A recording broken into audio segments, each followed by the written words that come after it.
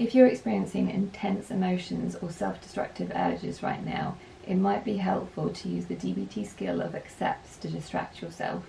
This is particularly effective if you've already done the tips skill first, and there's a video on YouTube for that. With the accept skill, each letter stands for a different way that you can distract yourself, and it's most effective if you do these activities in a mindful way. So focusing all of your attention on the activity that you're doing, and each time you notice your mind wandering to the thing that's distressing you, gently bringing your attention back to the activity that you're doing instead. The A of accepts stands for activities. So that can be things like watching a video, listening to music, reading a book, playing a game, doing a craft, cooking, exercising, cleaning, any activity like that. You may also find it helpful playing with a sensory toy or focusing on any special interests that you have. And try to find an activity that's as engaging as possible.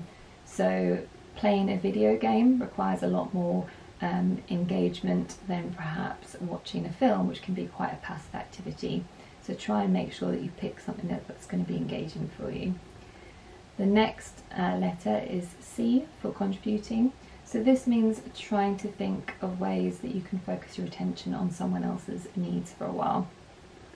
So it might be phoning someone that you care about, sending a text message, it might be cuddling up with your pet, watering a plant, anything where you are doing something for someone else, and trying to focus your attention on them for a while. The issue with this skill is to try and make sure that if you are someone who always focuses your attention on someone else, that you don't do it in a way that becomes unhelpful for you, because at times you do also need to focus your attention on your own needs.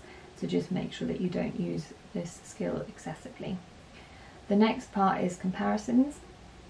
So for the comparisons, you are trying to compare where you are now with perhaps where you were in the past, or comparing with other people in a way that makes you feel grateful for what you have, or in a way that gives you a little bit more perspective on the situation. It's not helpful if you use it as a way to criticize yourself or make yourself feel worse, so just be very careful how you use this particular skill. The next one is emotions. So this is about doing anything that you can to bring up a different emotion to what you're currently feeling. And it doesn't have to be that the new emotion is happiness. You can find that you are feeling really sad, and so you watch a horror film to instead bring about an emotion of anxiety. Or it might be that you are feeling really anxious, and you decide to look through old photos that you love to bring about a sense of sadness or nostalgia, and that sort of thing. So anything to try and give you a break from the emotion that you are currently experiencing. Listening to music is also a really great one for trying to change your emotion. The next one is P for push away. So this is about trying to give yourself a break from the situation and trying to kind of put it on the back burner for a while.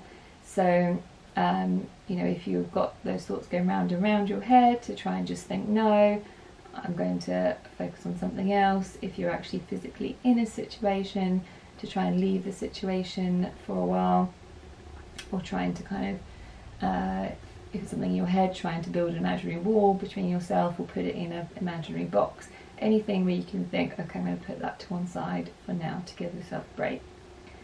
The T is for thoughts. This is about trying to distract yourself by thinking of completely different things than you're currently thinking about. So it might be looking around the room and seeing how many blue things you can count, or how many rectangles you can count, or it might be trying to solve some sort of puzzle, or singing a song in your head, or mentally designing like how you would have your house if you won the lottery. Anything where you can intentionally think about something else for a while. And then the final letter, S, is for sensations. So this means trying to focus on other sensations, generally things that are quite strong. So biting into a lemon, listening to loud music, holding ice, or taking a cold shower, squeezing a stress ball, anything where it's quite a strong sensation that's going to be enough to distract you from how you're currently feeling. So those are some examples of the different ways that you can distract yourself. I do have a list of them in the worksheet that is linked below, and there's also worksheets which have a whole list of different enjoyable activities that you can try if you need a distraction. The main thing that you need to remember is that distraction skills are great for managing distress in the short term, but they shouldn't be overused. So if you are constantly distracting yourself and never actually facing the problem or dealing with how you feel, that's likely to actually not be effective for you. So you need to be using distraction in the short term to get through a crisis, and then once you've calmed down a bit, trying to actually deal with that situation that's caused you distress.